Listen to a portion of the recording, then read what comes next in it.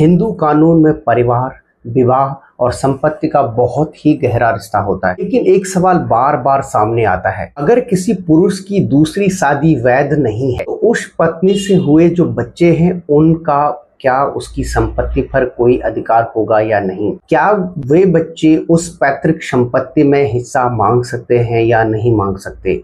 ये एक बहुत बड़ा सवाल है।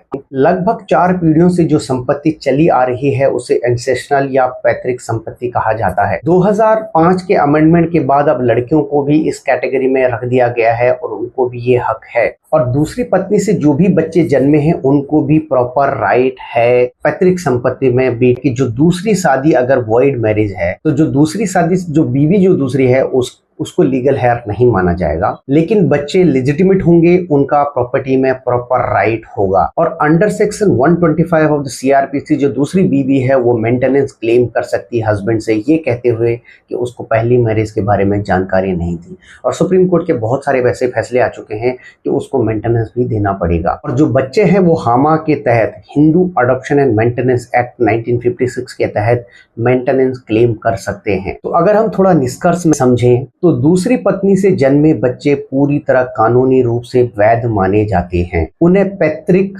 एसेंशियल और स्वअर्जित संपत्ति सेल्फ एक्वायर्ड प्रॉपर्टी में पूरा अधिकार होता है। लेकिन जो दूसरी बीबी है वो खुद लीगल हायर नहीं मानी जाएगी। ये जो प्रावधान है ये बच्चों के राइट को प्रोटेक्ट करते हैं